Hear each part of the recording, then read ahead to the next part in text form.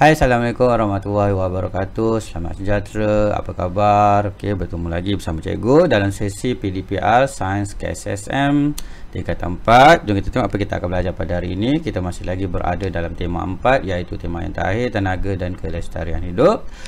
Bidang pembelajaran 12.0 tenaga nuklear, yang mana kita tahu dalam bidang pembelajaran 12.0 kita ada 4 standard kandungan. Jadi untuk hari ini kita akan fokuskan pada standard kandungan yang terakhir, iaitu 12.4 tenaga nuklear di Malaysia. Jadi maksudnya lepas pada ini kita dah habis silibus lah. Jadi bermula pada minggu depan kita akan mulakan ulang kaji bermula daripada bab 1. Okey, dalam 12.4 kita ada hanya satu standard pembelajaran sahaja, iaitu 12.4.1 mewajarkan pembinaan stesen janakuasa nuklear di Malaysia. Okey.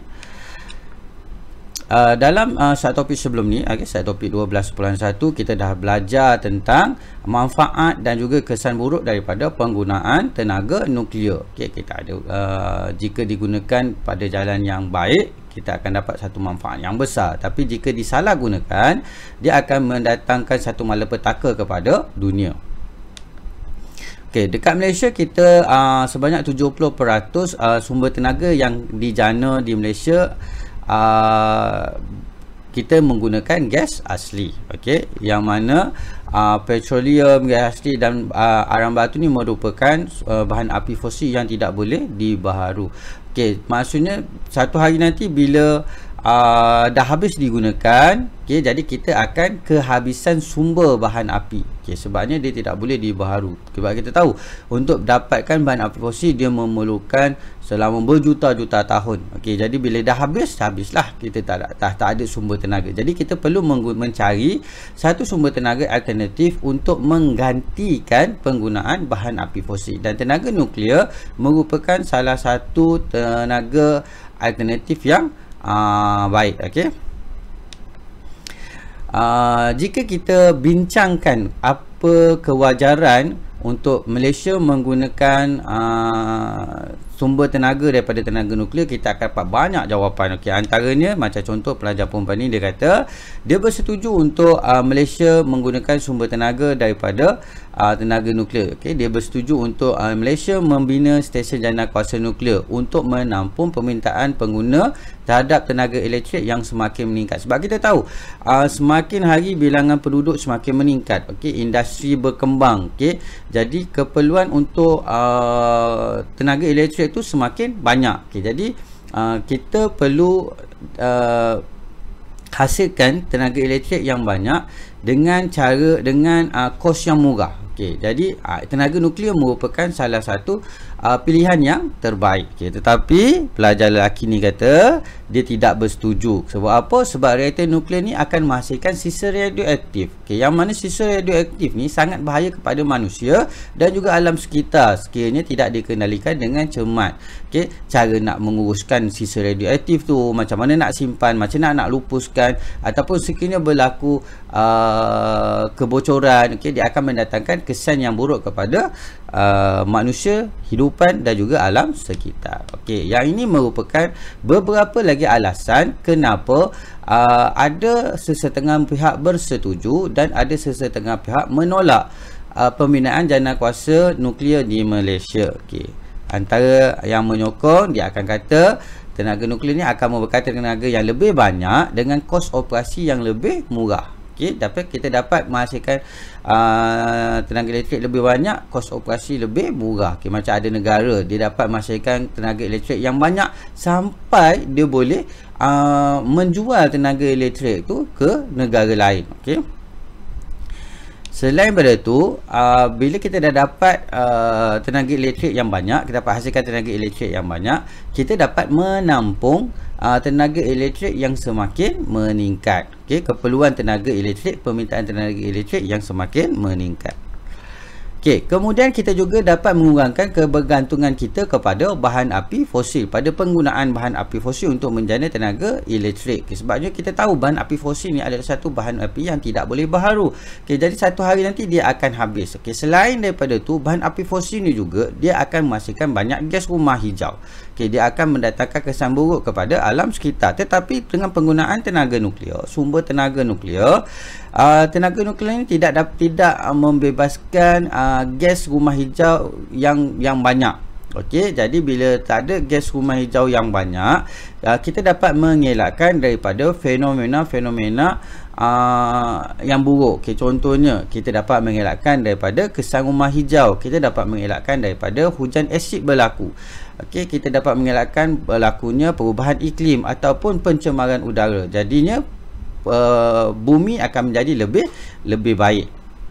Okey, ini adalah antara alasan-alasan yang menyokong. Ada banyak lagi alasan yang menyokong. Okay, awak boleh fikir, awak boleh google. Okay, alasan-alasan yang menyokong kepada pembinaan stesen jana kuasa nuklear di Malaysia. Okay, ada juga pihak yang menolak ataupun yang membangkang kepada cadangan pembinaan stesen jana kuasa nuklear di Malaysia. Okey, apa alasan dia? Okey, yang pertama, walaupun kos operasinya murah, tetapi untuk membina stesen jana kuasa dia mengambil masa yang lama. Okey, dalam ambil masa yang lama, kos pembinaan tu juga tinggi. Okey, jadi dia akan berlaku apa kita kata? Penggunaan sumber kewangan yang terlalu banyak. Okey. Selain daripada tu, walaupun risiko kemalangan stesen jana kuasa nuklear ni rendah, tetapi ada kemungkinan sekiranya berlaku apa-apa kemalangan yang berlaku tu dia akan jadi malapetaka, dia akan jadi kesan yang sangat buruk. Contohnya berlaku letupan di stesen jana kuasa. Okay, apa yang berlaku bila berlaku letupan, dia bukan hanya sekadar letupan sahaja, dia akan memberi kesan kepada alam sekitar dan bukannya dalam masa yang singkat. Okay, kesan tu boleh berlaku, boleh dirasai sehingga bertahun-tahun. Reaktor nuklear menghasilkan sisa radioaktif yang membahayakan jika tidak dikendalikan dengan cermat. Okay, jadi daripada pengendalian itu saja dia memerlukan apa kita kata langkah-langkah yang sangat ketat. Okay, contohnya dia perlu memakai suit perlindungan yang diperbuat daripada plumbum. Okay, jadi pengendalian dia tu sangat-sangat rumit. Okay, jadi jika tidak dikendalikan dengan betul, dia akan membahayakan kepada manusia, hidupan dan juga alam sekitar.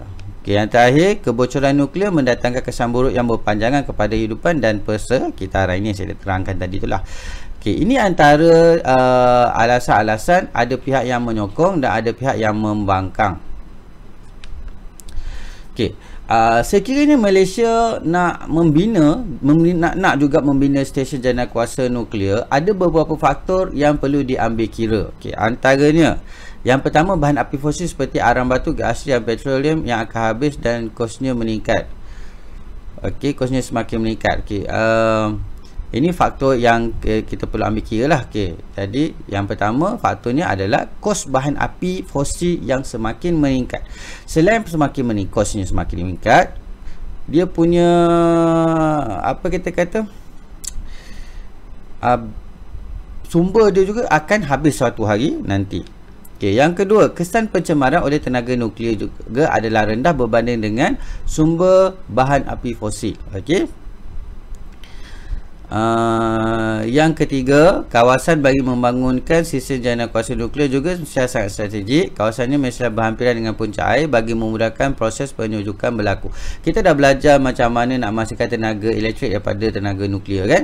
Jadi dia ada satu apa kita kata bahagian yang berfungsi untuk menyejukkan sistem tenaga nuklear tu. Okay, jadi dia mesti berdekatan dengan sumber air. Okay, jadi bila nak berdekatan dengan sumber air, kita tidak ada satu kawasan yang sumber airnya terlalu besar. Okay, jadi kita kena cari kat mana kita yang paling sesuai untuk kita bina stesen jana kuasa ni. Okay, kemudian kadar tenaga yang dikeluarkan oleh sumber tenaga nuklear adalah jauh lebih besar daripada sumber bahan api fosil. Okay, kita dapat sumber tenaga elektrik yang lebih besar, lebih banyak, yang mampu untuk kita penuhi permintaan pada masa sekarang. Okay, tenaga dia lebih banyak. Okay, jadi itu saja kelas kita untuk hari ini. Okay, dah habis. Okay, macam biasa, sekiranya ada apa-apa soalan, awak boleh tanya cikgu dalam grup Telegram. Kita akan bincang dekat situ. Sekiranya tidak ada apa-apa soalan, saya nak awak jawab praktis formatif 12.4 dan hantar pada cikgu untuk cikgu rekodkan sebagai awak punya PBD. Okay, jadi itu saja untuk hari ini. Kita jumpa lagi pada minggu depan. Assalamualaikum warahmatullahi wabarakatuh. Selamat sejahtera. Bye.